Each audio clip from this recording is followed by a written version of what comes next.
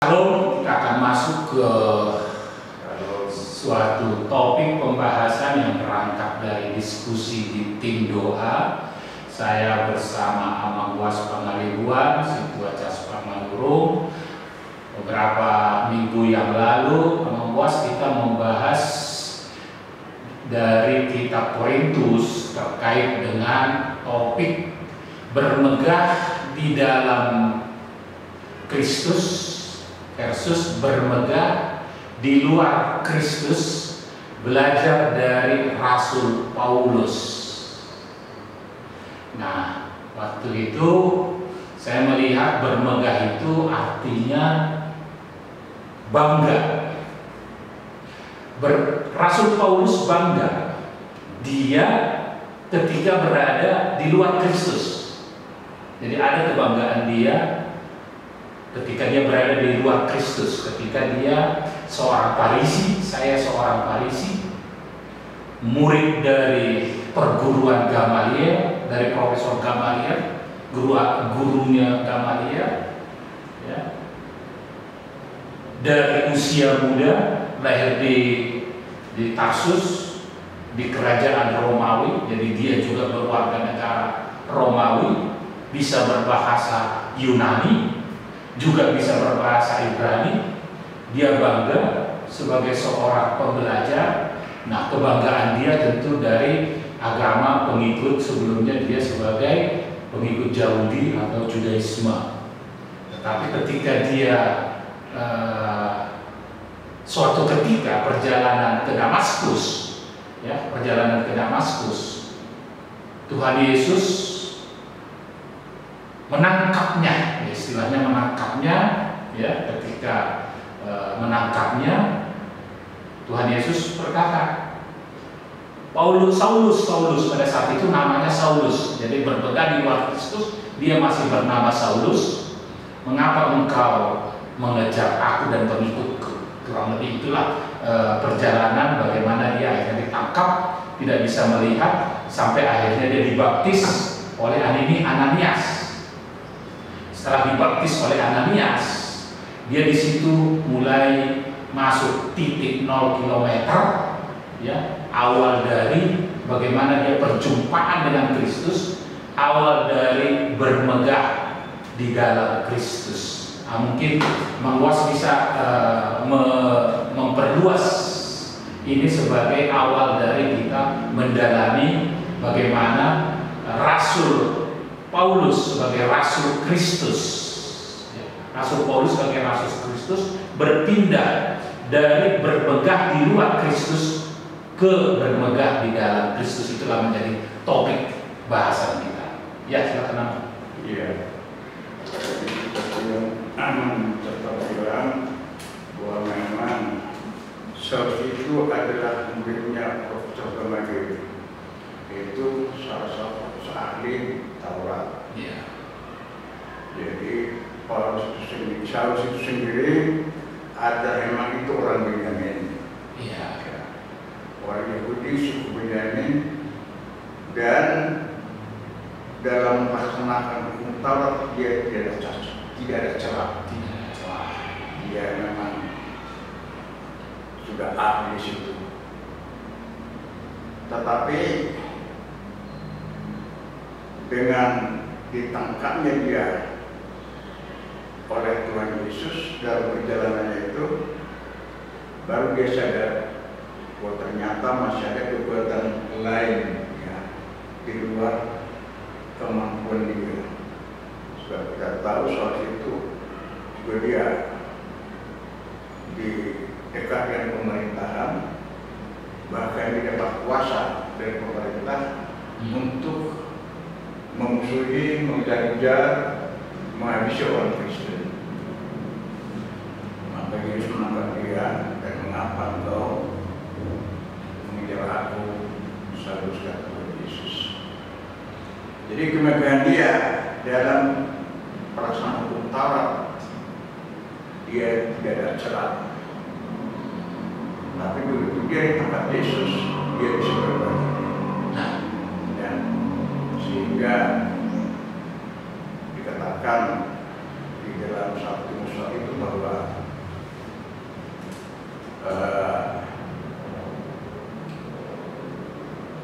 dia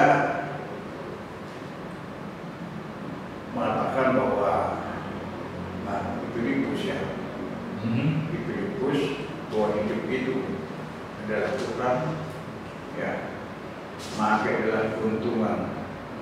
Jadi kebanggaan dia sebagai pelaksanaan Taurat itu kebanggaan dia dulu satu-satunya, tidak ada duanya.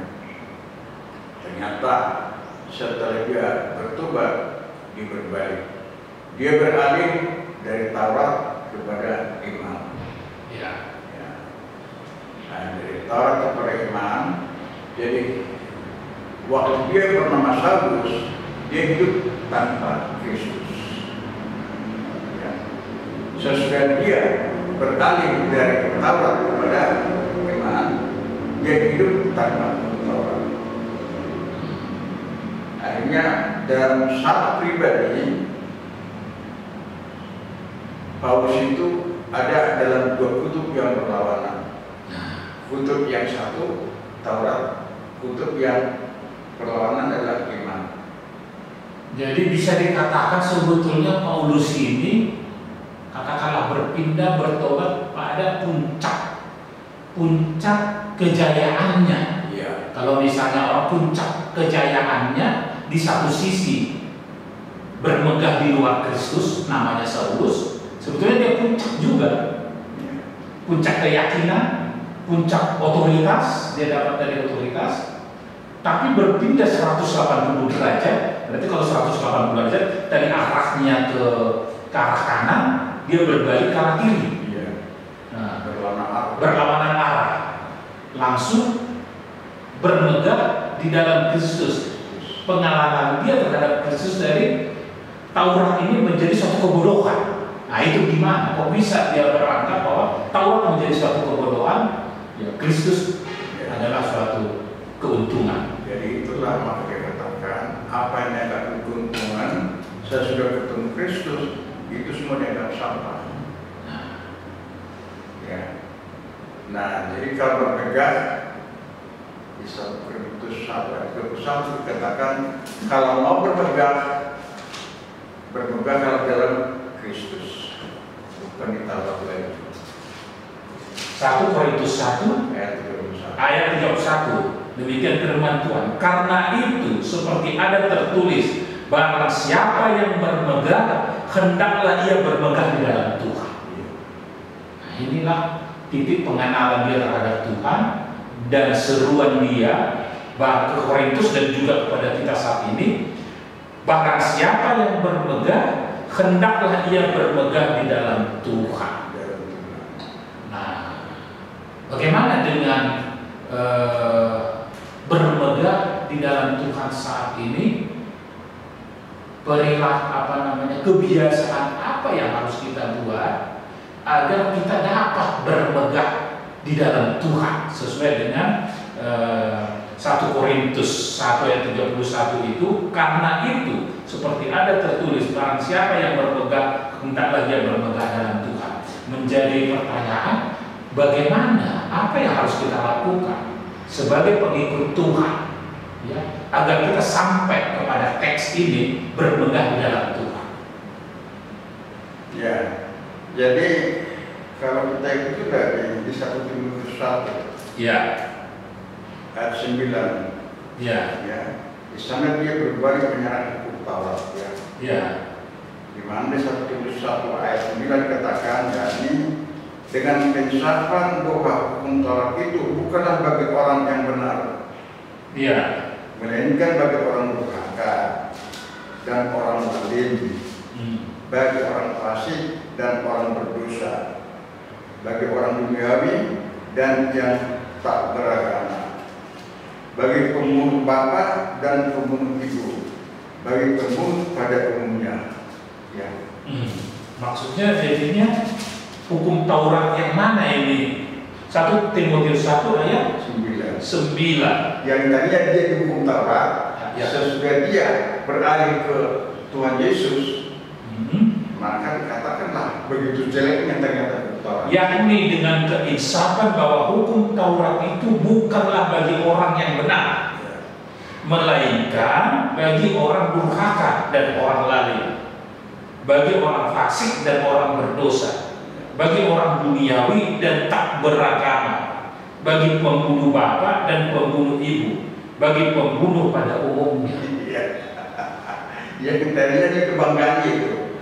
Oh, Ya. tadinya dia melakukan itu, itulah kebanggaannya. Dia bermegah di luar Kristus sebagai pembunuh. Ya. Ternyata sesudah dia hidup dengan Kristus, itu semua sampah kebanggaan itu. Ya. Nah, ini cukup mengagetkan. Ya, cukup mengagetkan. Ini yang membuat bagaimana yang tadinya kebanggaan Paulus yang dianggap itu benar, ternyata setelah dia mengenal Kristus, semua itu jadi sampah. Jadi cabut itu, Iya. itu bukan untuk orang benar kan? Bukan untuk orang benar. Orang benar yang dia maksud adalah jalan dia pada saat dia merasa diri benar. Waktu namanya Saulus, ya, waktu namanya Saulus dia merasa sebagai orang benar. Dengan perilaku dia punya otoritas untuk mengejar bahkan membunuh orang-orang pengikut Kristus. Bahkan waktu dia ditangkap itu dalam rangka punya kekuasaan untuk menghabisi orang Kristen. Menghabisi pengikut Kristus. Ya, baik, itulah mungkin topik pendek kita.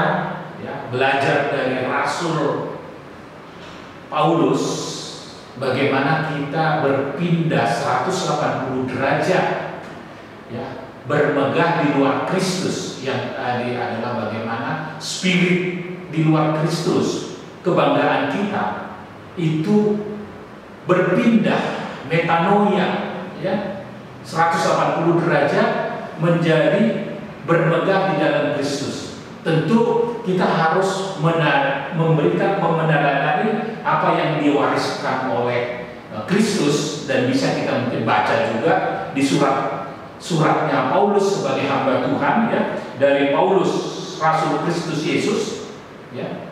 Kita bisa banyak bagaimana dia membentuk karakter Kristus kepada pengikut-pengikutnya melalui surat-suratnya. Terima kasih teman-teman. Kita akan berjumpa lagi dalam topik yang berikutnya.